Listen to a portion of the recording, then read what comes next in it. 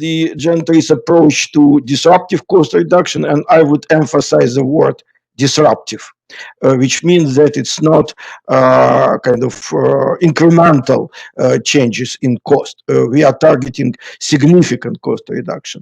Then we will be talking about some specific tools of cost reduction that are introduced by GEN TRIZ methodology. And then I will answer your potential questions. Let's start from go to slide 3, Narayan, please. Did you open slide 3? Yes. Okay, just a brief history of TRIZ methodology development. TRIZ, it's a Russian acronym for Theory of Inventive Problem Solving, that was developed by a Russian genius. He was a scientist, engineer, science fiction writer, patent attorney, General Altshuler. He introduced this methodology in the mid-50s last century, but developed this methodology through 60s and 70s of last century. At the left side of this slide, you see Mr. Altshuler and myself in 1979, and you see I was very young by that time. And Altshuler introduced a new paradigm that engineering systems, product technologies, they are not evolve randomly. There are objective trends of engineering system evolution, and Altshuler and his followers, they analyze these trends and develop some tools for problem identification and problem solving. But then the methodology came to the Western world, to the United States, Europe, Japan, South Korea, China, and so on and so forth, and faced two major problems. I will show it on the next slide. And then we, the followers of Altshuler, we developed some other paradigms, and we call today this methodology GEN TRIZ. GEN TRIZ includes the classical TRIZ and some new approaches and tools. And I will show it on the next slide. Slide 4, please, Narayan. The initial classical TRIZ answered the question how to find the right idea to solve the problem. That was TRIZ about. How to solve the problem. And again, the name of the methodology, Theory of Inventive Problem Solving. But when the methodology came to the world, we figured out that there are two problems. First of all, it's what we need to solve a technical problem. People with money, owners of companies, investors, their chunk in the market, how to dramatically reduce cost, increase profitability, and so on and so forth. And classical TRIZ couldn't address these kind of business challenges. That's why the upper part, upper branch of TRIZ development was how to connect business challenges to technical problems. From how to find the right idea, next was how to find a right problem to be solved. Then how to find the right system to be improved. And finally, how to find the right goal to be achieved. And these new tools appeared in TRIZ methodology. And the second lower branch was instead of developing ideas, nobody is looking for ideas. The companies and their owners and top managers, they are looking for solutions. Instead of how to find the right idea, next the right question was how to find a feasible solution, then how to find an implementable solution, and finally how to find a business impactful practical solution, products or technology. These two directions of TRIZ development create multiple new tools and some of them were specifically focused on how to dramatically reduce cost. Now, slide 5, please. And sorry, I didn't hear some noises and voices. Please, mute your microphones, dear participants. Okay. Dr. Vankadi, if you hear the noise, you have right to mute microphones of the participants. Please mute them. Yeah, I'm Simon. I'm doing Simon. I'll take care of that. Okay. Slide 5. This slide shows the typical cost structure. We are talking about how to dramatically reduce cost, and we are talking about all aspects of cost: capital cost, labor cost, operational cost, material, energy, some regulations, legal costs, losses and wastes, depreciation cost, overhead costs, supply chain costs, so on and so forth. And also in the right column, you see the different stages of life cycle of the product that affect the cost. It could be a cost of development, cost of production, packaging, transportation, storage, exploitation, maintenance, and so on and so forth. All these aspects of cost should be in our focus when we are reducing cost. Next slide, please. I will briefly introduce to you the traditional cost reduction techniques. There are dozens of different techniques. On this slide, you see the most popular and well-known in the world, like target costing, just-in-time, lean management audit, Kaizen, and so on and so forth. All these approaches, they are mostly kind of organizational approach, how to organize the process in order to help to reduce the cost. But all of them cannot reduce cost dramatically because they don't have any specific tools that allow to formulate a very special, non-trivial cost reduction problem. I will explain you later what does it mean, non-trivial and focused problem. And they also don't have a special tools for cost reduction. The typical tools is just brainstorming or let's cut here or there some pieces of material, some little bit change the design, and so on and so forth. That's why this traditional cost reduction implementation of these techniques allow just incremental cost reduction. And we are in TRIZ, we are targeting on disruptive cost reduction. Next slide, please. Now we will talk about GEN TRIZ approach to disruptive cost reduction. Slide 8, please. There are 6 major tools in methodology GEN TRIZ. I will guide you through all the 6, and then we'll show you 4 out of these 6 with multiple case studies through this webinar. First of these tools, and I would say the most kind of effective cost reduction tool of GEN TRIZ, called trimming.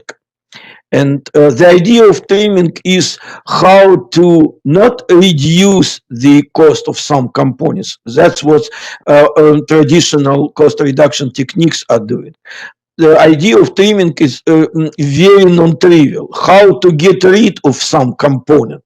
The component could be a component of the product, It could be an operation of the process or the part of the service, and so on and so forth. The component that performs some functions. That's why people are very reluctant to get rid of the component.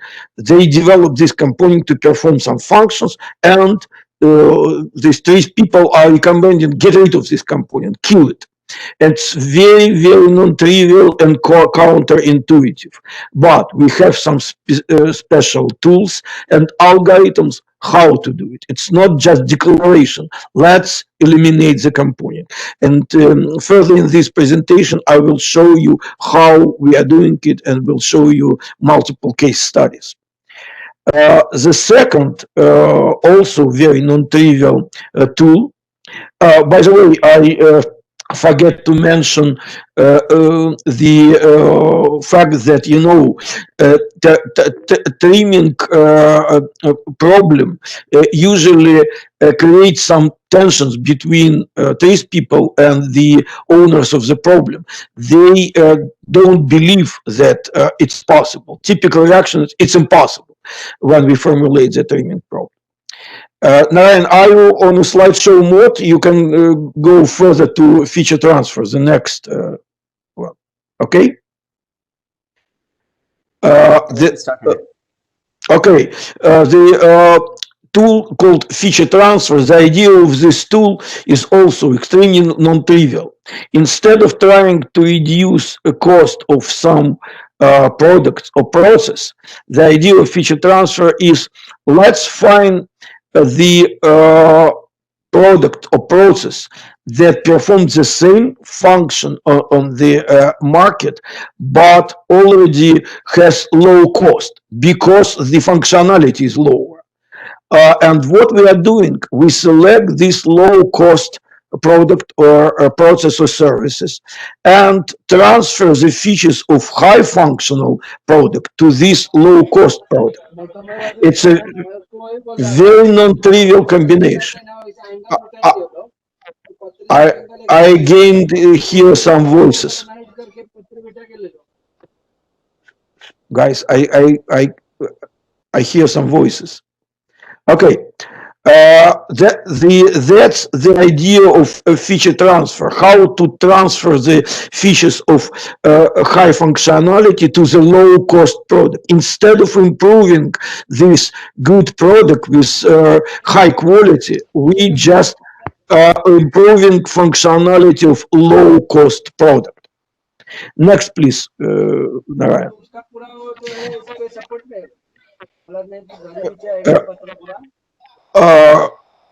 Dr. Van Hade, again, please mute somebody who is talking. And okay, the next tool is from classical thesis, trends of engineering system evolution. There are some trends that allow to find the new generation product. And if we use some trends that allow us to reduce cost, by using the trend itself, we can formulate a very non-trivial problem for disruptive cost reduction. The next is function-oriented search. It's a tool allowing us, you know, the concept of open innovation, and function-oriented search is our tool for open innovation. The idea of open innovation is that somewhere in the world there are solutions for your problem. But the issue with the concept of open innovation is how to find this solution.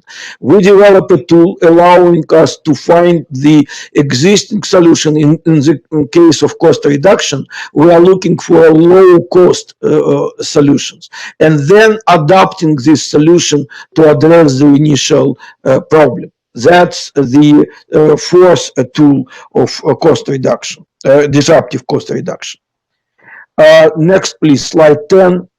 And the other tool is cause-effect chain analysis that allow us, instead of addressing the problem, how to reduce cost. It's a very high level question, but we should understand why we got this high cost. Why? Why? What are the reasons of this high cost? And by applying cause and effect chain analysis, instead of addressing the initial problem, how to reduce cost, we are addressing the very specific causes of this high cost. By addressing them, we can reduce cost dramatically. And the last tool that allow us to address cost problems and reduce cost disruptively, it's so-called main parameters of value discovery. If we main parameters of value are the features of the product that people on the market will pay for, some unsatisfied market need. And by identification of these main parameters of value, the features of the product or process that people on the market will pay for, we can focus these main parameters of value on the features that are not so important and just get rid of these features. And in this case, we will concentrate only on the features that people on the market will pay for. Okay, let's go to some specific tools, how they work, and I will illustrate them with case studies. And I will start with streaming on slide 11. It's streaming, and then let's start the discussion on streaming. That's slide 12, Narayan. As I said, streaming is GEN TRIZ analytical tool for removing from the system some components. And how streaming is achieving this goal? It's because the eliminated component, it performs some useful functions. In order to eliminate component, we need to redistribute of functions of the trim component between the rest of the components or the super system. And we have some algorithms of trimming, recommendations how to select the component to be trimmed, how to redistribute these functions of the trim component, and so on and so forth. But this webinar, it's kind of introductions of the tools. It's not like training seminar. If you want to be an expert in trimming and other tools, there are some training courses, and we can teach you how to do it. And again, I would like to emphasize the third bullet on this slide, that trimming, it's counterintuitive to common engineers or scientists or managers, because they believe that the component that they develop, it's important component. It was designed to perform some important functions, and they cannot understand how it could the product or process could work without these components. But due to these algorithms, due to these tools of redistribution of functions, we can achieve the goal to completely eliminate components with all its problems and all its costs. Okay, let's illustrate it on several case studies. Narayan, slide 13, please. The specific problem that was we faced with one of our clients, General Electric. And General Electric is producing the device. You see it on the left bottom corner of this slide. It's called snap switch. The function of these devices to connect and disconnect electrical currents. You have these devices in all building, in all rooms. When you switch on, switch off your lights in your room, you are using this device. Very lucrative business for General Electric. But what's the problem? The patent of General Electric expired. And next day, two companies in China started to produce the same device with 2 times lower cost, 2 times cheaper. And General Electric face very serious business problems. It's not a technical problem. They are losing markets to these competitors, and they are not protected with the patent anymore. That's why they need to reduce cost at least 2 times to compete on the market, to be competitive. But the engineers and designers of General Electric, they are very good engineers and designers, but applying all their knowledge and tools like Kaizen and Lean, they could reduce the cost only 15%. That's it. That's why they came to us asking to reduce cost two times. And we developed multiple solutions. Totally, we developed 12 solutions, and we reduced cost 3 times. I will show you an example of trimming with just one solution. And this solution reduced, only one solution reduced cost by 45%. This is about the plastic parts of this device, the cover and the case. You see these plastic parts and why they are expensive. First of all, it's a special plastic to allowing the electrical current resistance. Secondly, there are two pieces that require 2 types of molds, which create a high cost. When you assemble this device, you assemble it layer by layer, putting all electrical parts inside these plastic parts. And it's also pretty costly because of low productivity of this process. A lot of cost associated with these two pieces. Okay, let's apply our trimming technique. Slide 14, please, Naren. We built first a functional model, asking a question, what are the functions of all components of this device? And specifically in this case, we are looking for functions of the case, and the main function is to hold all electrical parts. And this diagram functional model, it's called connector. Connector, it's all metal connecting electrical pieces of the device.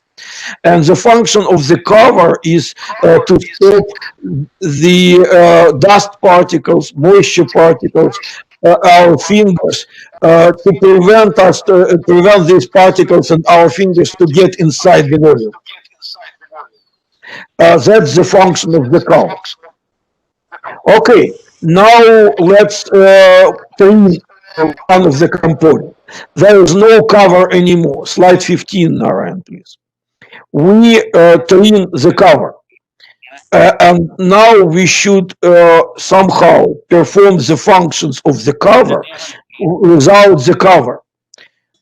Slide 16, please, Narayan. The trimming problem, how to make the case, we don't have the cover anymore, how to make the case perform all functions of the cover. And when we formulated this problem to General Electric engineers, they were shocked. They said it's impossible. It's even theoretically impossible. And we asked them why it's impossible. They said, you know, in order to close some volume, you have to have at least two pieces. That's why with one piece you cannot close the volume. Next slide, please, Narayan. Here, how we apply the TRIZ techniques to address this trimming problem. Step one, we formulated the contradiction. The contradiction is the following. The case should consist of two pieces.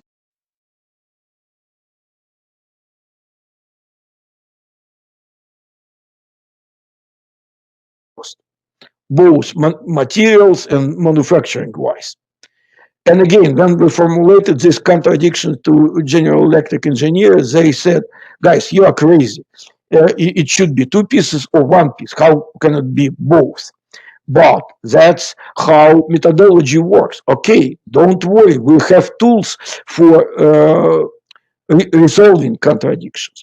And we apply so-called separation of the contradiction in time. The case should have one piece when we're manufacturing it. But when it's working in the real condition, it should be two pieces, of course, during the exploitation. Again, how to do it? A typical reaction is it's impossible. How to do it? But we have, as I said, the principles of resolving contradictions. One of the principles used by systems. And the idea is to have two identical parts of the case. The connector could be easily installed into one part, the metal part, and then integrated with the second part. I will show you on slide 18.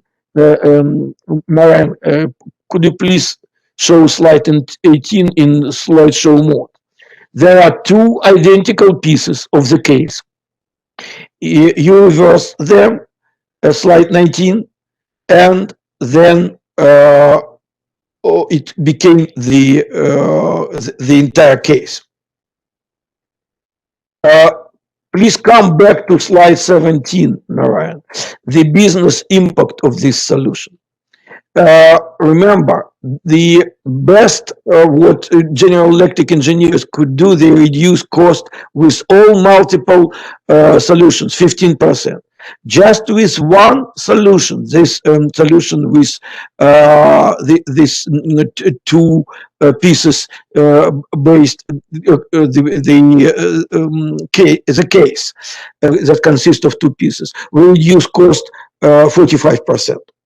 Because the less material cost, just one mold instead of two molds, much simpler assemble. And when we applied a similar approach, trimming approach to some other components, we trimmed several other components, including the electrical parts of the snap switch, and totally reduced cost 3 times. And the new design was patented, and General Electric was in business, and it was a very lucrative business. Okay. Let's move on. The next case study, slide 20, please. That's another problem and another client. It's a well-known company, Procter & Gamble. And you know that one of the businesses of Procter & Gamble is a food industry, food products. And one of their products is peanut butter. Peanut butter is a very popular product all over the globe, and especially in the United States, especially for kids. But the problem is that many people in the United States are overweight. And that's why companies are trying to reduce the caloric value of their products. And peanut butter is a fatty product with a very extremely high caloric value. That's why there was a market need to develop a new product which will have the same or similar taste as peanut butter. People, especially kids, they like peanut butter, but which will have significantly lower caloric value. And they developed this new product called low-fat peanut butter. How they did it? They substituted this fatty peanut butter, part of it, 40% of peanut butter, with some substances, ballast substances like corn syrup or soy proteins. But in order to do it, you should mix this peanut butter, which is very viscous liquid, with these powders, corn syrup and soy proteins. And it's a very challenging technological task. And they perform it in 3 steps. First step, they used agar mixer to preliminary mix this mixture, then disc mills, and then jet mixer. That's why the cost of the technological process, of manufacturing process, and also production footprint increased dramatically. And the problem for Procter & Gamble was how to dramatically reduce cost. It's not about 5 or 10% cost reduction. They should reduce cost disruptively.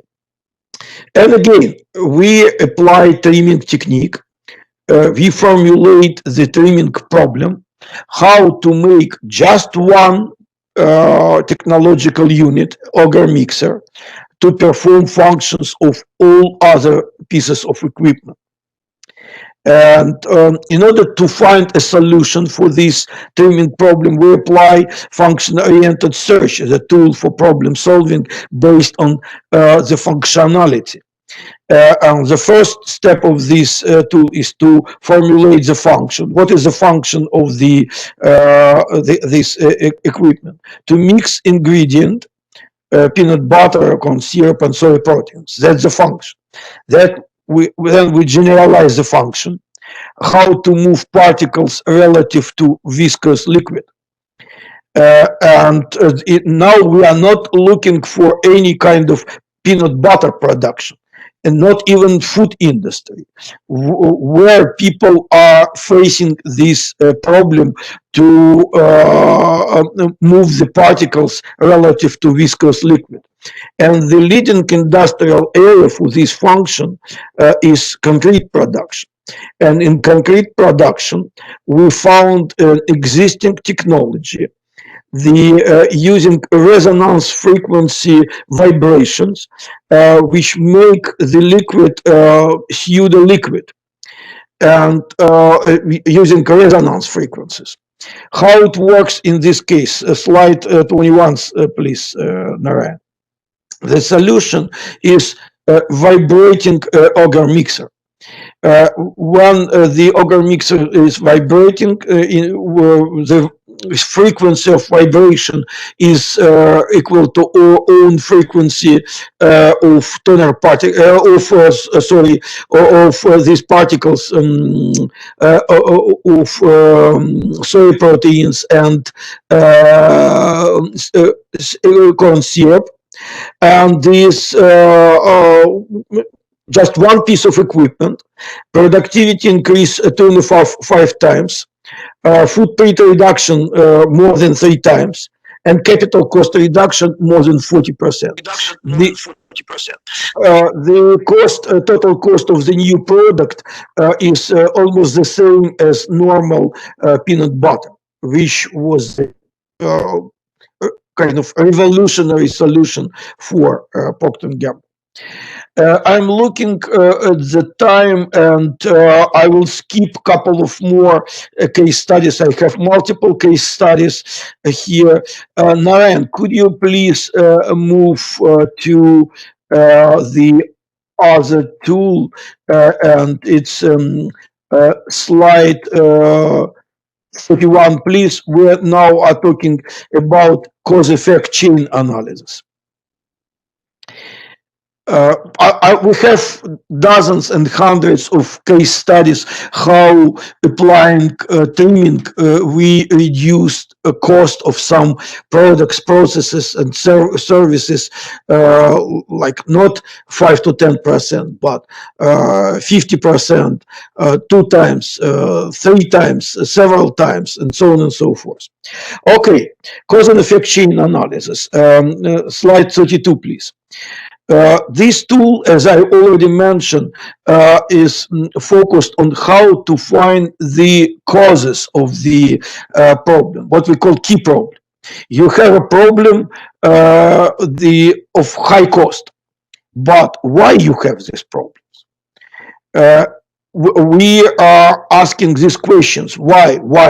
In some algorithmic way, we have algorithm and tools for this key problems identification. Key problems are the problems that are causes of your initial problem. This tool, cause and effect chain analysis, is known in engineering community, but we added to this tool some specific algorithms and recommendations that make it much more instrumental. Let me show you how it works with some case studies. Slide 33, please, Narayan. Another client, and the client produces the coffee products. You know that it could be coffee capsules, it could be coffee beans, grind coffee, and so on and so forth. But this company developed a product called coffee bags. It's like tea bag, but instead of tea, the coffee particles are sitting inside the bag. And using this product is the same as a tea bag. You are dumping this product in the boiled water, in the cup of water, and then you have your coffee. What was the problem? This bag, like tea bag and coffee bag, the structure of this paper bag is that it has small pores to keep the particles inside, and this restrict the easy flow of water inside the bag. That's why you need to dumping it again and again and again in order to increase extraction of the coffee, and it takes more time, That's why it's not convenient, and it's people don't like it. And how to increase the coffee extraction? The company that produces this bag just put more coffee in the bag. The more coffee you put inside, the easier and faster you can get your coffee with pretty high concentration. But you increase the amount of expensive coffee in the bag, and of course it's resulting in high cost of the coffee bag. That was a problem, and the goal of that was stated by the companies how to reduce the cost of the coffee bag dramatically. And again, they need to reduce it not 5 to 10%, but significantly increase this cost. Again, let's use our tool. By the way, can we apply trimming here? Yes, and one of our solutions was to get rid of this paper bag. But my case study here is not about the trimming. We developed this new product that is the coffee bag without the bag. But please go to slide 34, Narayan, please. Here is the cause and effect chain model. You see that there is initial problem on the right upper corner, excessive cost of coffee brewing back. And there are multiple causes of that, but we will go only through one chain. Go down from this excessive cost of coffee. Why? Because there is excessive amount of coffee inside. Okay, why? Because of insufficient use of coffee. Why? Because low rate of coffee extraction. Do you follow me? We are asking why? Why we have this low rate of extraction? And here there are some two reasons for low rate of coffee extraction. First one, if you go up, why we have low rate of coffee extraction? Because temperature of water is insufficient. Why temperature is insufficient? Because water is cooled intensively. Why it cooled intensively? Because we are dunking this coffee back intensively. And you see, we are in a kind of catch-22. You should dunk it intensively, but because of that, we reduce the temperature. Okay, it cannot help you. But what is another cause of a low rate of coffee extraction? And we found an interesting cause, that there are in any water, there are the metal ions in the water, because it's not a pure distilled water. And the more of these ions in the water, the lower the rate of coffee extraction. That's why if we can somehow reduce number of these ions or get rid of these ions, okay, and if there will be no ions in the water, the coffee extraction will be much better.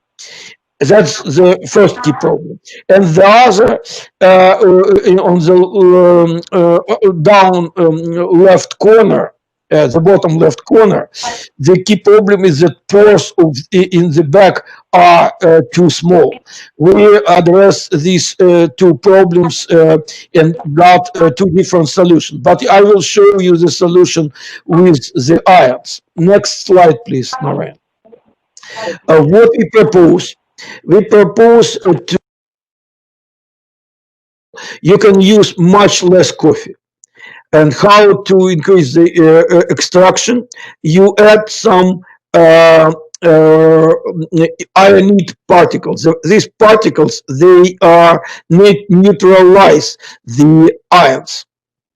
They are almost zero cost. They are very inexpensive. They don't affect the flavor or chemical composition of extracted coffee, and they completely eliminate the ions, metal ions in your beverage. And amount of coffee in the bag was reduced 50%. That allowed to reduce product cost 40%, which was exactly what the client was looking for. And again, if you come back to the initial problem, we need to reduce cost.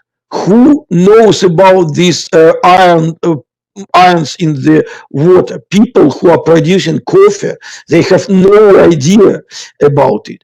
It's only because of this cause and effect chain analysis that we found why this coffee extraction is so ineffective.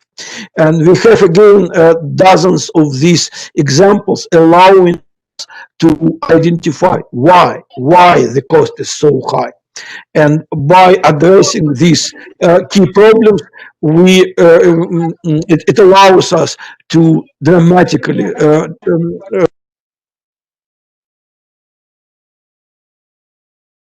the next tool, feature transfer. Slide 37, please, Narayan. That's the tool that I briefly described at the beginning of my presentation. The idea of this tool, instead of solving the problem of high cost of your system, just find the inexpensive system and improve the inexpensive system. by transferring the features of high quality system to this inexpensive system. And like taming, it's a counterintuitive. Okay, I have my problem with my system, and you are saying that instead of solving one problem, I should think about two problems, including some foreign system. It's very counterintuitive, and people are reluctant to formulate feature transfer problem. But it's a very effective tool for cost reduction due to focusing on improving the less costly product or process. The case study. Please move to slide 38. That's a technological process of peat gathering. Peat, it's a fuel that is very popular in countries, Scandinavian countries like Finland, Sweden, northern part of Russia, Norwegian, Iceland, and so on and so forth.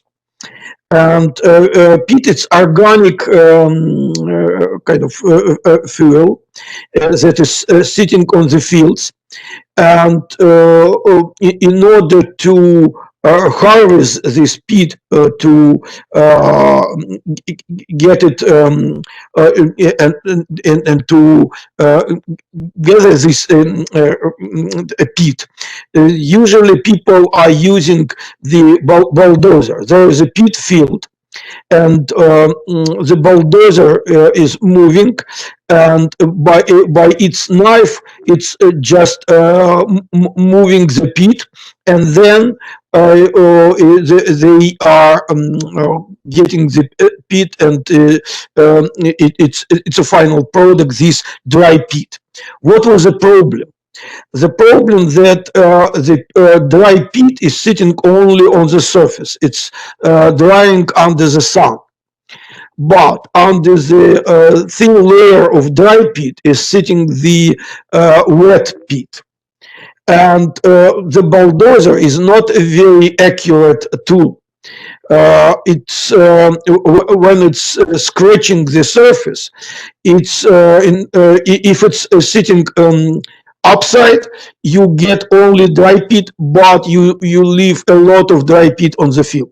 If you put this knife of bulldozer lower, you will get much more peat, but with the dry peat you will get some wet peat, which reduce the quality of peat dramatically. That's the problem.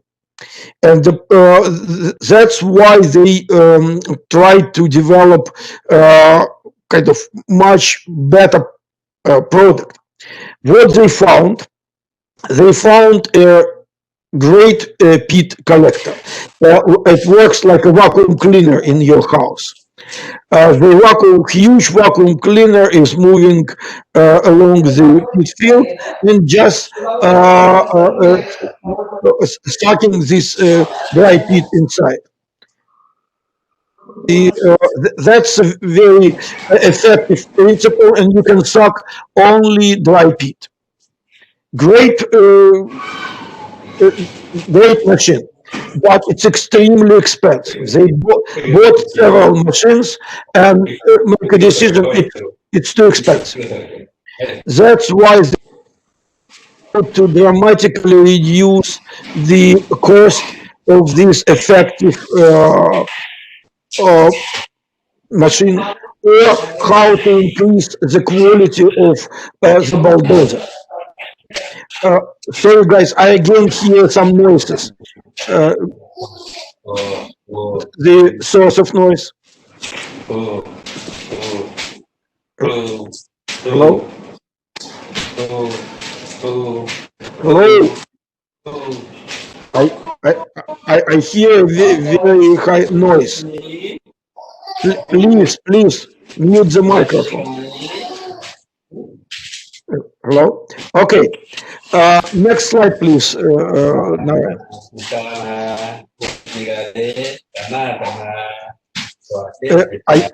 I still hear the noise. Dr. Van Kader.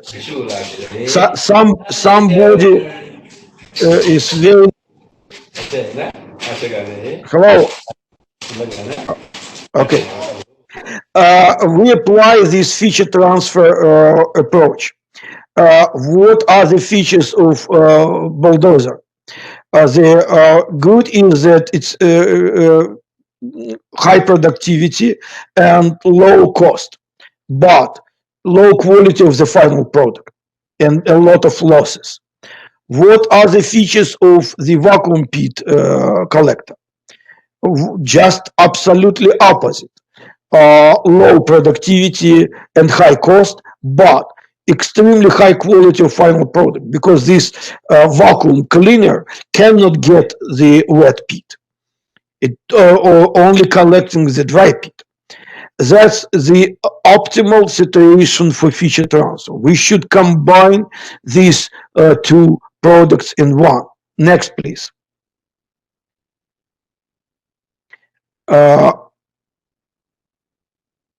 What is the feature of vacuum pit collector that enables high quality of the product? We using our methodology, we analyze this feature of vacuum pit collector and figure out, these features of high quality is due to flexible tool. Instead of the blade of the bulldozer, where the vacuum pit collector use airflow.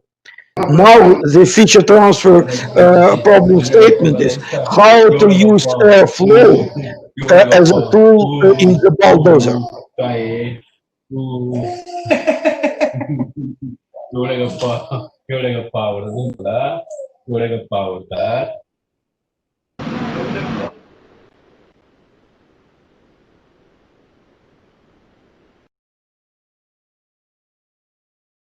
Slide 40. Here is a solution.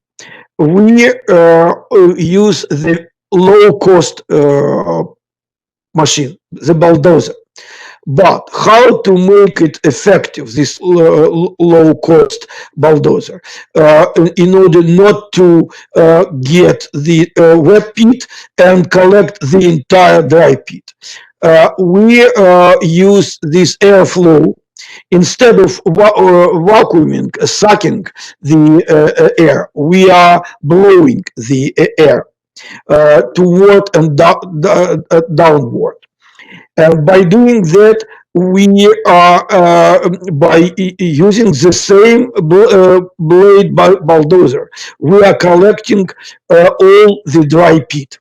We kind of doing it in two steps. First, we are blowing and only dry pit could be blown, and then we collecting them this dry pit with the bulldozer. It was again a revolutionary solution in this industry, and instead of extremely expensive this vacuum cleaner type thing, they could use the very low cost bulldozer. Okay, let's go to the last tool and last piece of my presentation. Because I selected 4 tools out of 6 because of the limited time of this webinar. Slide 42, please. Remember one of the tools that I started with, cause and effect chain analysis and trimming, they were the problem statement tools. How to formulate the non-trivial and very effective cost reduction problem statement. By doing this, we focused on some problems that nobody tried to solve. But okay, if you have a problem, how to solve this problem?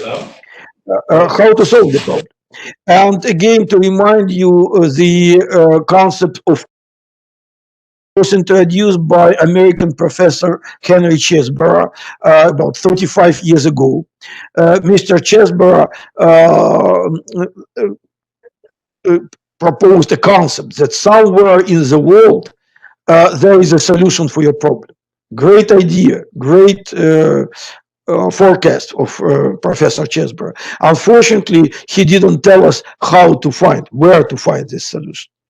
And in GEN TRIZ methodology, we developed the tool that called function-oriented search. The idea of this tool is to find not to look for solutions, not everywhere, but only in the areas, industries where this solution, this problem is more important than in your area. And we approach it functionally. In the bottom side of this slide, there is a simplified algorithm of function-oriented search. First, you should formulate the function you need to perform. Secondly, translate this specific function into some generalized function to look for solutions, not in your area, but everywhere. And then identify the industry or area where this function is more important than in your area. The solutions are sitting in these so-called leading areas. And then in this area, you can go to the experts or go via Google and find the technologies and solutions in this particular area. It's a focused search, not looking to the entire world, everywhere. And then you found the technology as a solution and adapt this solution to your initial problem. Next slide, please. I will show you a couple of case studies, and then we will go to the end of the presentation. The first case study is from the microchip production industry. That's Intel, the company that produces microchips. And what was the problem? Of course, they are not producing microchips chip by chip. They are making so-called wafers. It's a discus that is made of semiconductor. And then they put on the surface of this wafer a droplet of so-called photoresist. It's a photosensitive polymer. Then they, by rotating the wafer, they distribute this photoresist over the surface of the wafer, and then illuminate this photoresist with ultraviolet. That's the technology how to make the pattern of future microchips. That's the technological process. What was the problem? When they distributing photoresist over the surface of the wafer, how they do it technologically? They put a droplet of the photoresist and then rotate the wafer. And what happened unpredictably, but in many cases, photoresist is a liquid, and in any liquid, in water, in any other liquids, there are some saturated gases, air. And in photoresist also there is a saturated air. And sometimes in this droplet of photoresist, there is a bubble of air. And when you rotating this wafer, this bubble going to the from a periphery to the center of the discs and creates so-called bubble track. If you have a bubble track on the surface of the wafer, the entire wafer goes to the garbage bin because it's a waste. And you see the bullet number 4 here, that wafers waste level due to this problem is huge, up to 20%. Could you imagine that up to 20% of microchips going to the garbage bin? Of course, it's a bottleneck of the process of production of microchips. Intel tried to address this problem themselves. They spent more than 1 year trying to address this bottleneck. Then they invited university professors, experts in photoresist, experts in polymer science, and trying to address this problem, and they failed. and then they ask us to help, and we apply function-oriented search to address this cost. It's a cost problem. This problem become the increase the cost of these microchips. Narayan, could you please move to slide 44? Step number one of function-oriented search. What is the specific? To remove bubbles from photoresist during its dispensing over the wafer, during the microchip manufacturing process. That's the function. Now we should generalize this function. Forget about any photoresist. Forget about wafer productions. Forget about manufacturing process of microchips. What is the generalized function? Generalized function, next click, Narayan. Generalized function to control bubble formation in liquid flows. Now we are not looking for solutions in productions of microchip. We are looking for the area, industry, or area of human activities where the bubbles in liquids are more important than when you are producing microchips. And we have a special database of these leading industries for each generalized function. Next click, Narayan. And we found easily. Easily means not in years or months or weeks, but in a couple of hours. We found at least 3 areas where the bubbles in liquid are more important than in area of microchip production. The first is blood transfusion. If you have one bubble in your blood during the blood transfusion, you are dead. Scuba diving. You have a couple of bubbles, you get embolia, and you are dead.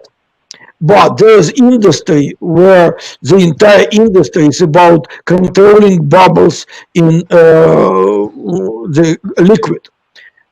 It's a champagne production. Champagne, it's millions of bubbles in the liquid. In all of these 3 areas, we found good solutions.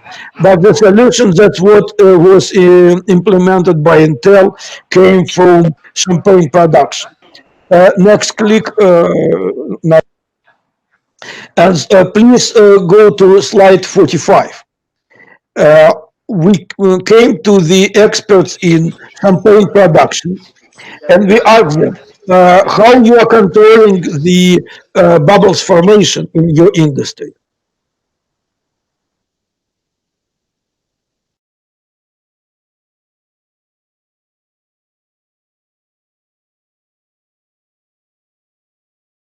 Liquid. And of course, they have not one, but several solutions how to control the bubbling of the liquid, how to increase bubbling, how to reduce bubblings down to 0. And it's so-called ball valve. We incorporated these ball valves that control the cross-section of the supply of photoresist, and you see the result. Waste of wafers is zero today, and the cost saving estimate is $20 million. You see, the Intel spent a year and a half trying to address the problem, and they failed. And just in a very short period of time, we found a solution with function-oriented search that reduced cost disruptive. That's the beauty of the methodology application.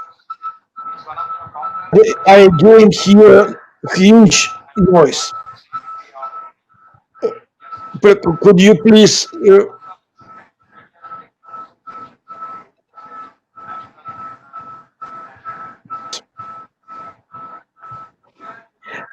Narayan, slide 46, please. That's my last case studies, guys.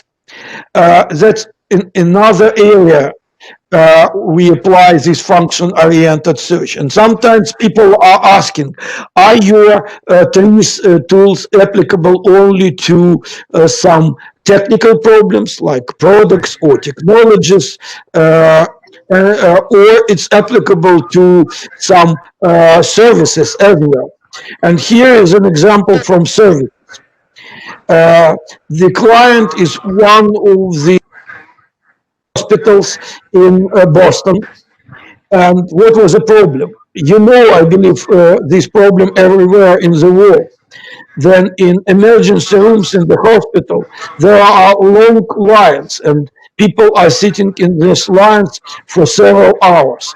In these particular hospitals, the average time of being admitted to the hospital is from 3 to 4 hours. And what was the economic problem for the hospital? While waiting in this emergency room, some patients, they are, guys, the noise is so high. Dr. Van Hagen, please mute the microphone of the noisy participant. I'm muting him, but he is again starting his microphone. I don't know who is he.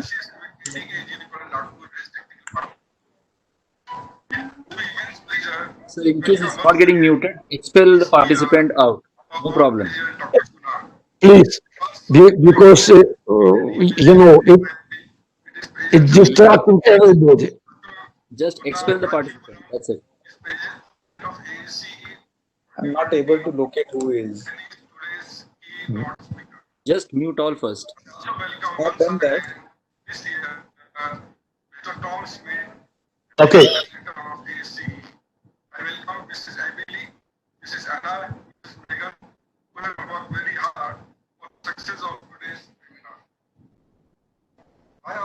Of this technical problem because it happened during the survey covering presentation as well.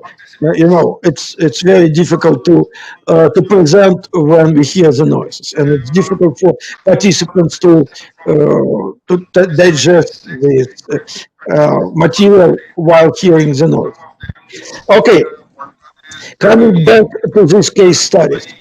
The goal is how to dramatically reduce the patient admission time, which is very high cost. Why cost?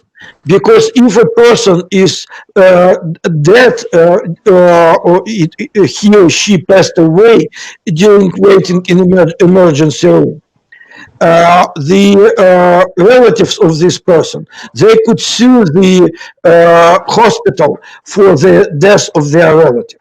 And it cost to the hospital millions and millions of dollars. The statistic is that average 1 to 2 in the emergency room. That's the economical problem. Okay, we applied function-oriented search here. Next click, please, Mariah. What is the function here? Medical conditions of the patient in the hospital emergency room. You know why it takes so much time? Because different medical doctors and nurses, they are coming to the patient and they are making blood tests, measure the blood pressure, doing X-ray tests, asking patients different questions, interviewing him or her. It takes a lot of time. Going one by one, sequentially. That's the function, how to medical condition of the patients in the hospital emergency room. What is the generalized function? Forget about the hospital, forget about the emergency room, forget about medical tests. We need to perform multiple operations. That's the generalized function. We are not talking about hospitals anymore. We are looking for solutions in the area where people should perform multiple operations in a very short period of time.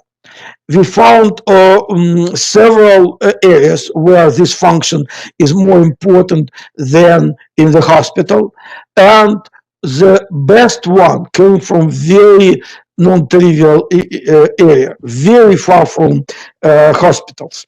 It's Formula One vehicles. In the Formula One, there is so-called pit stop, where the pilot should substitute the wheels of the bolide in a very short period of time. You see, next click, Narayan, to show the pictures. In the past, the substitution of the vehicle took minutes, and right now it took seconds. How they achieve it in the Formula One? They put a brigade or team of people. Each person perform just one function, and each has high specialization. And instead of minutes, they do it in seconds. We apply the same approach for the hospital, so emergency room. The brigade of the team of medical doctors and nurses come to the patient and perform all these operations not consequently, but as a result, instead of 3 to 4 hours waiting in the waiting room, now it's 8 to 10 minutes. And it saved to the hospital 25% of cost due to eliminating any legal cases related to patients' claims. These legal cases were 100% eliminated. Okay, guys, the last part of my presentation, some conclusions. Slide 48. Cost reduction is a major direction of innovation.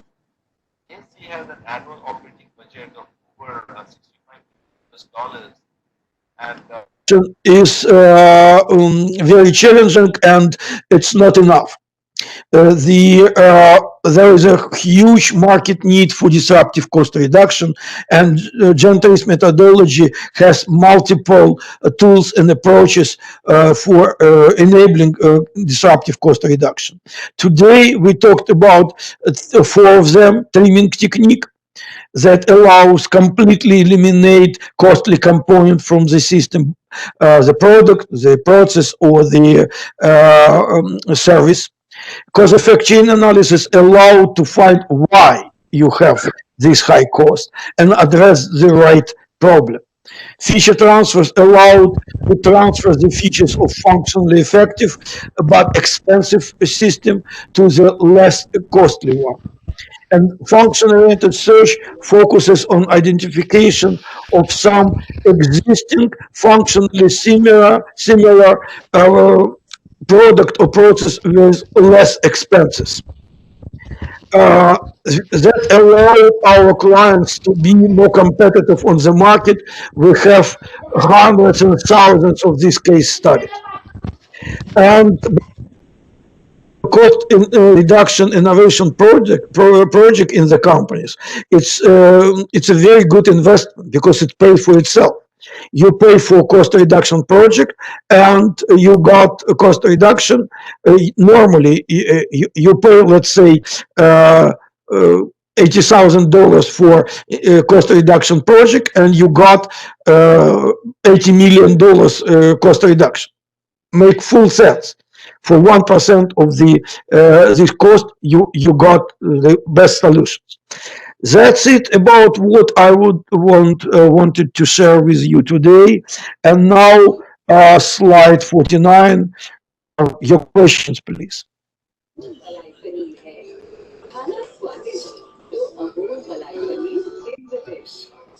Thank you, Dr. Simon, for the wonderful presentation. There are a lot of questions, so we'll be just going through it. Am I audible?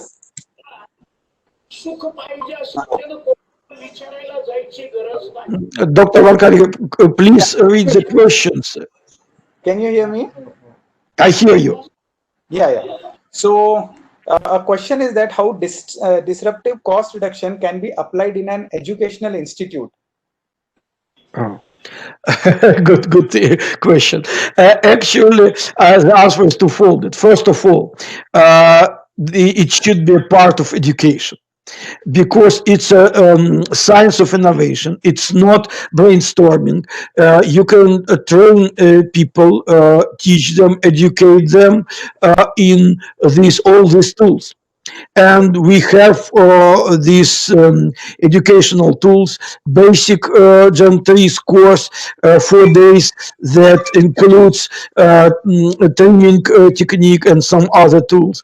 Then advanced course that included function-oriented search and cause and effect chains and so on and so forth.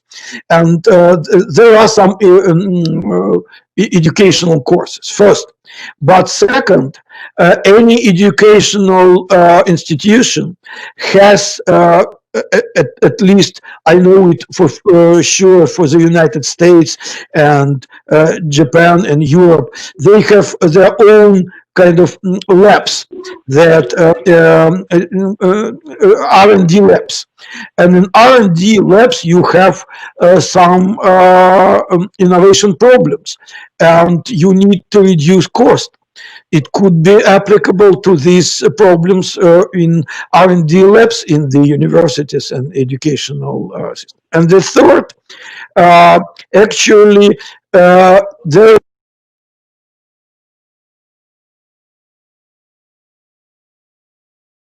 the educational tools and so on and so forth. These cost reduction tools could be applied to education itself as a process. That's my answer.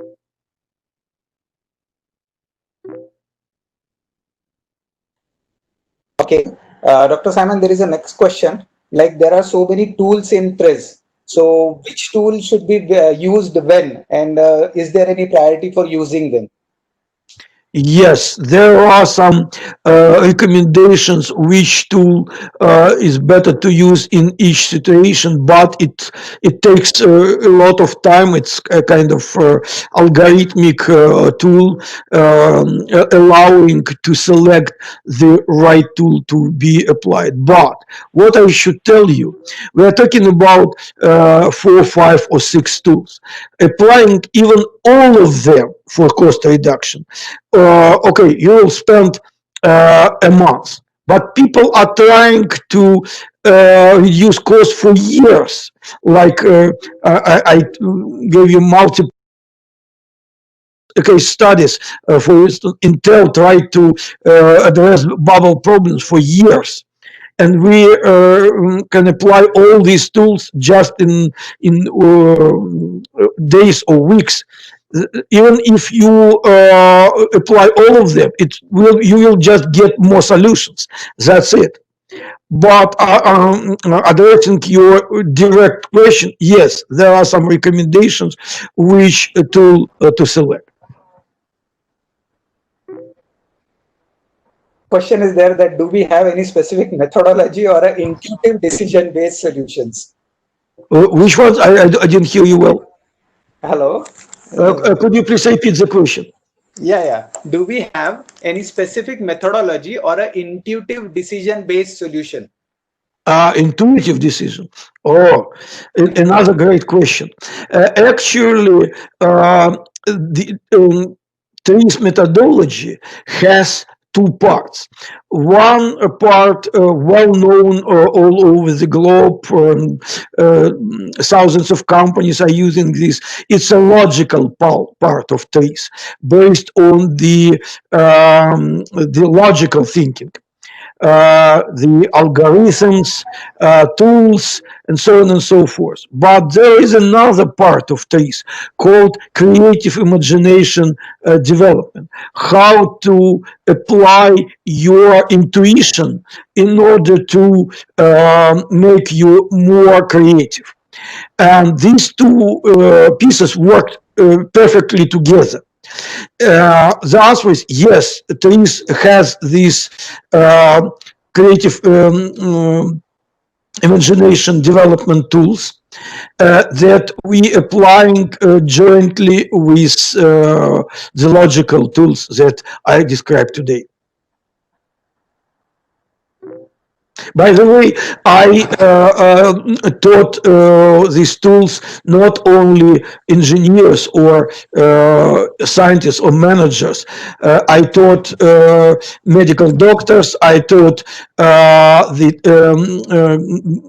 trainers. I taught journalists and even science fiction writers.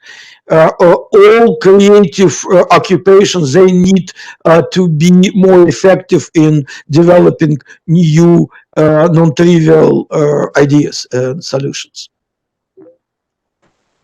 Thank you, Dr. Simon. Another question is that how TRIZ tool differ from value analysis, value engineering? The short form of it is WAVE, V-A-V-E.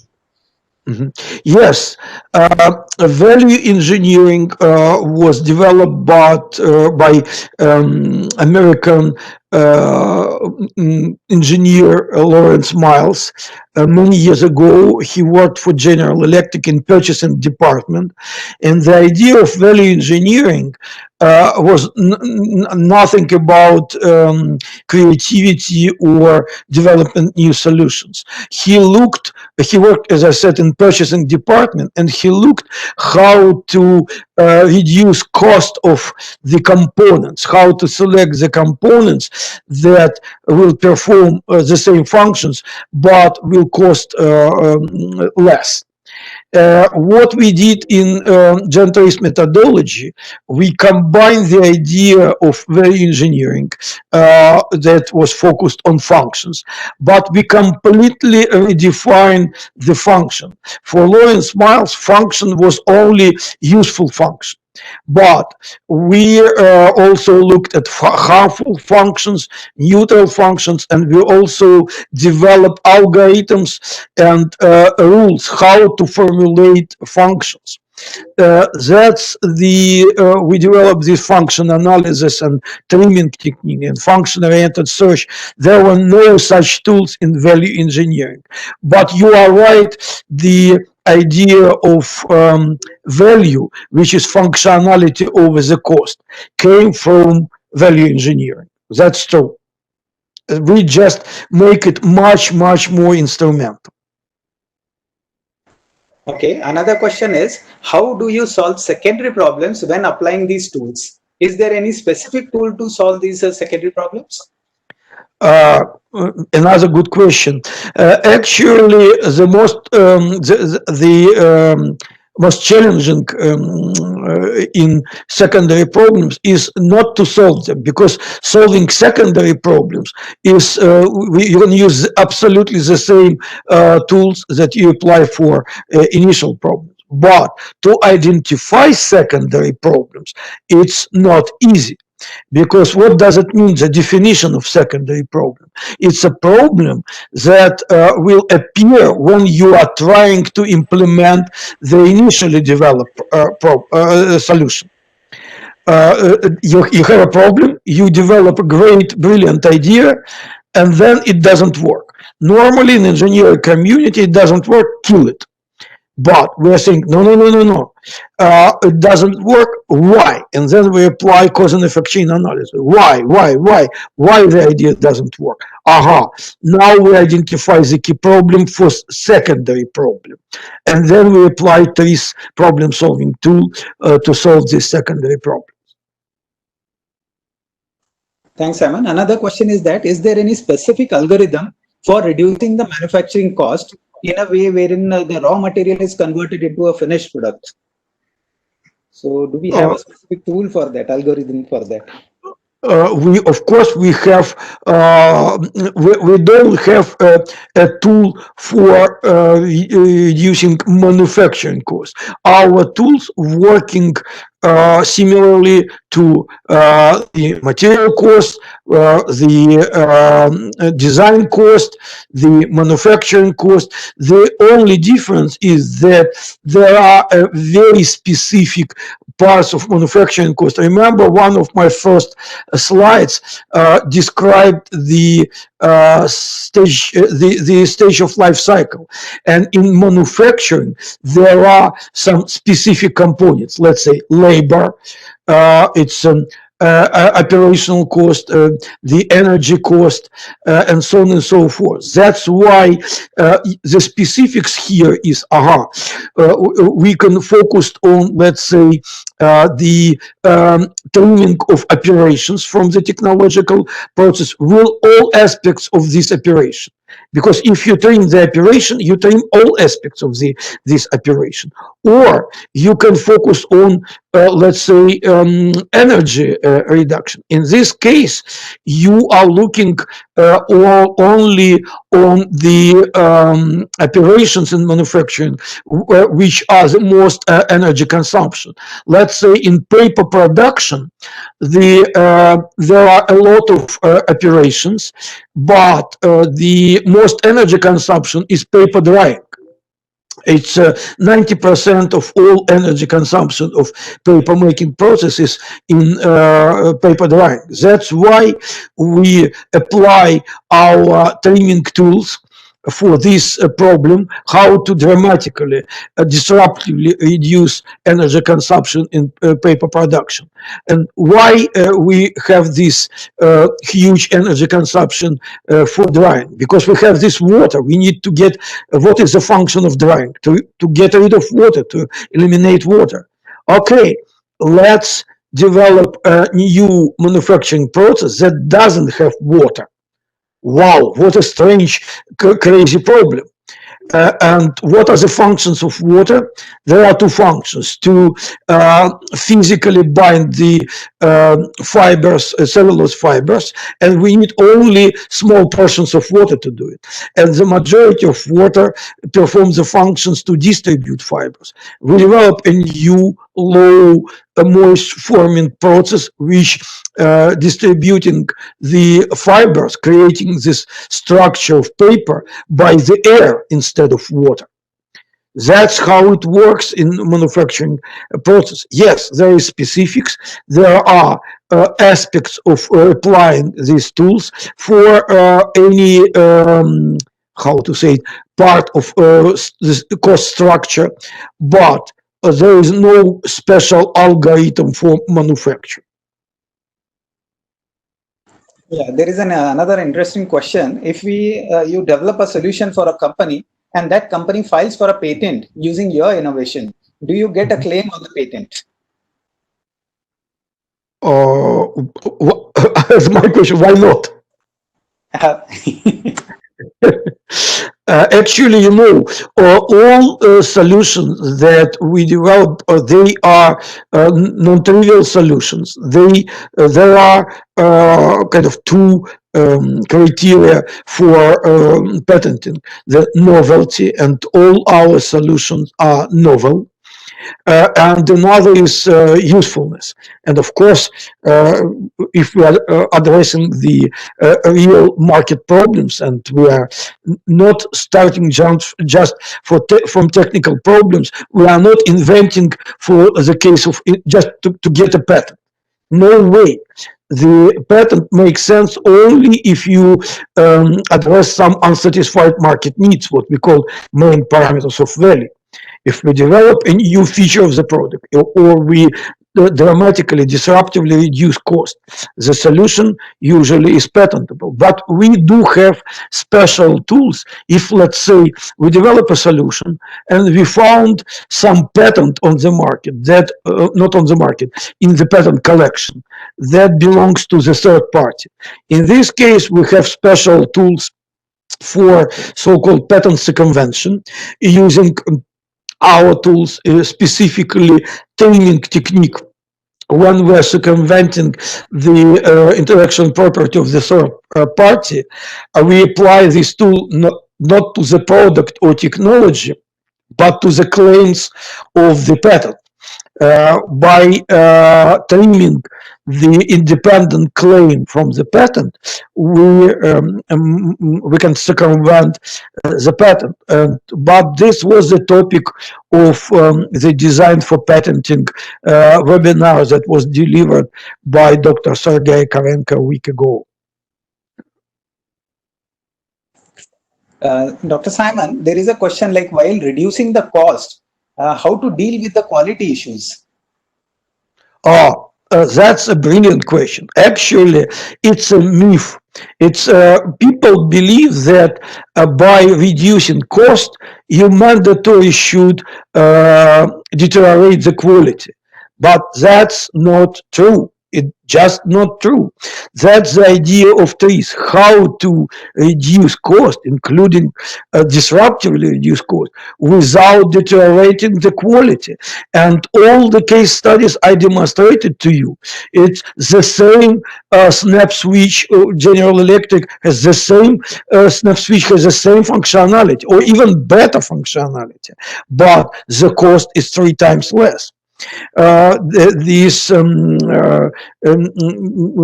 example for the Intel, the quality is better. There are no bubbles here. It's the quality of microchips is the same or better, but the cost is reduced. The quality of low-fat peanut butter is the same or better, but the cost is reduced. That's the beauty of these non-trivial GEN TRIZ tools, that you are addressing the cost without deteriorating the quality. Because it's easy, just get it worse quality and reduce the cost. That's a kind of non-inventive approach. Another question is very basic, and it is asked that, are these tools all about the mind game which we can apply to troubleshoot a problem, or it includes certain steps, certain specific steps? Of course, as I said, all these tools have not just steps, have algorithms. I just didn't have time to show you and guide you through this step-by-step working. Trimming, for instance, it has multiple steps on how to algorithm, how to select the component to be trimmed, how to, if you select the component, then how to redistribute its useful functions to other components, different rules for different steps, and so on and so forth. Of course, it's algorithmic step-by-step approach. It's not just mind games or brainstorming or hackathons. Actually, we hate these hackathons and brainstorming. We are against it, because all of them are based on trial and errors approach, and it's extremely ineffective. There is a question that, is there any case or a situation in which you met with a failure and then had to use some alternative method to tackle that problem? Failure, you mean that we didn't find a solution? Yeah, you could not solve the problem through TRIZ. It seems like this. And then you have to find another way than the TRIZ to do it. Okay, it's a tricky question. In order to address this, first of all, we should define what is a failure and what is a success. I would say that there are 2 definitions of success or failure. The first definition, how many times or cases we address the project goal, because we are not solving projects for our pleasure. We are solving projects for our clients. They pay us money, and if you ask the question, what is the percentage of our failure when we didn't address the client challenge or client problems, the answer is 0. 100% success. We never failed to address clients' project goals within the requirements. But there is another definition of success. It's implementation of the developed solution. And here it's a different statistic, because the client, it's a business decision whether the client implement the great solution, or because of some business or budgeting issues, the client doesn't implement it. And in some cases, the client didn't implement our solution, but patented it. It's another kind of business strategy, not to implement, but prevent the competitors from going in this direction. And if you're asking the question, what is our statistics of implementations of our solution, I would say 20% of our solutions are reduced to practice, which is actually enormous number, usually just less than percentage of 1% is reduced to practice.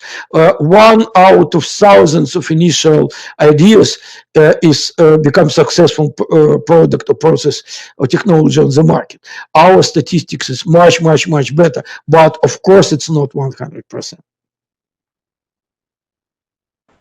Dr. Simon, there are many questions like, again, these have come on the priority of the tools. So is there any specific tool out of the 6 which should be used for reducing the manufacturing cost? And I think I should take this last question of this kind, and then we'll go to the questions. Actually, you are asking about my personal preferability.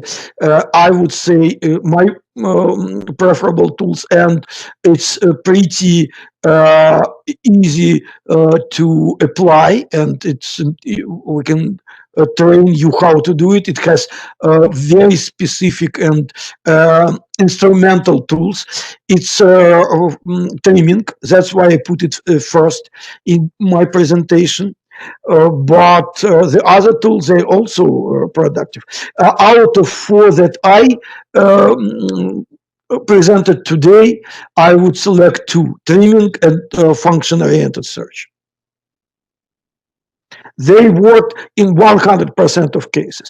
I would say, and by the way, you, Dr. Van Hade, and Narayan and Shri Fadnis could be just witnesses that in you witnesses multiple projects that we performed in India. And in all of them, just 100% of them, we used trimming and we used function-oriented search. Absolutely. I suppose we'll take the last question, like how the TRIZ concept will work as a reduction technique in the VUCA world to increase the productivity. Actually, productivity is part of the cost, because the higher the productivity, the lower the cost. And one of my examples with this low-fat peanut butter, it was about productivity, because the production rate, because of this mixing of the viscous liquid with powder, the production rate reduced dramatically, and that's why productivity reduced and the cost increased. The other case study that is about productivity, this example with bubbles during the production of microchips, because with bubbles they should stop the process and throw away the wafer, and it's also reduce the productivity of microchip production. But there is no kind of special tools for productivity increase. Productivity is the part of manufacturing. It's not about product, it's about the manufacturing process. And we can apply the same tools like function analysis, not of the components of the product, but components of operations of the manufacturing process. That's what productivity is about. The nuance here is that when we are trying to increase productivity, we analyze first what are the bottlenecks operations that reduce productivity, and then that helps us to select these bottlenecks operations to be trimmed. If you trim the operation that dramatically reduce productivity, great. Your productivity will immediately increase just by elimination of this operation. Yep. Thank you, Dr. Simon. This is Narayan here. I know we are running out of time, but I have a very interesting question posted by some person. It says, I understand from this presentation that you give solutions to many different industries. So Yes. how do you handle all these different problems? Do you have specialized people in the company, or by using the methods described above, one can solve all the problems irrespective of the industry? It's really a really good question. And the answer is that, of course, you cannot solve the problem in any industry having zero knowledge in this industry, in this problem. That's why the answer is twofold. First of all, we have special tools that allow us to become a pseudo specialist in the new industry in a very short period of time. These are the tools like function analysis, cause and effect chain analysis, flow analysis, allow us by asking experts in the industry to get the necessary knowledge to apply our tools. And sometimes it's a funny situation. We come to the, let's say, microbiological entity, and they start to describe us their process, and we don't understand even a word. We don't understand even terminology. Then we're starting to ask the question, okay, you mentioned this term. Could you explain what does it mean, this term? So, let's say if I use microbiology, hyperhistamine regulation. It's just like Chinese language to me. I don't understand any words in this. And I'm asking, okay, what does it mean? What functions is performed by this regulatory mechanism? What are the components of this mechanism? What cells are performing this mechanism? Aha, it's intercellular mechanism. What are the functions of membranes in this mechanism? And so on and so forth. After 1 hour of such a conversation, the expert is saying, you are a good expert in this area, because by using these methodological tools, we're starting to understand the essence of this new area. But it's only the half of the answer. The second half, that of course we need experts. That's why in our company, besides all these GEN TRIZ tools, we have our proprietary global knowledge network of experts. We built it for 40 years, and we have more than 8,000 experts covering all industries and all areas of science and engineering.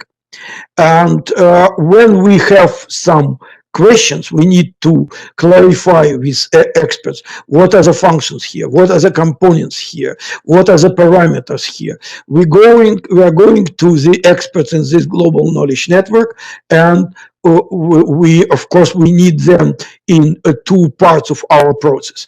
In the initial part, to understand exactly and accurately the client's problem. And secondly, when we develop a solution, these experts helping us to check whether this solution is feasible or not. And in many cases, they help us to develop prototypes of our solutions to make the solutions tangible. Great, Dr. Simon. I think it was a wonderful session, and we are on time. It's 7 p.m. in India. And I would, on behalf of all the partners and the participants, like to thank you for this wonderful session. And I'm sure everybody appreciates cost reduction, so they would have gotten enough idea of how TRIZ tools can help in disruptive cost reduction, especially in the unlock COVID period, because most of the companies will be now devising strategies to reduce cost. So probably this would be an eye opener for the senior management to look and focus and think about TRIZ, how TRIZ can help in their strategy making process for cost reduction. So once again, I would like to thank you, and thank you for your valuable time, and thank you all participants for your patience, and we are very sorry for this technical glitch and also the disturbance caused in between. And keep watching our LinkedIn and Facebook page, and also visit our website. We will be coming soon with more sessions, more informative and knowledgeable sessions. So keep following us. Till then, And stay Narayan, safe. please mention that the presentation is available, actually. The Yes, so we presentation will, deck. yeah, the recording of this particular session and the presentation will be made available to all the participants.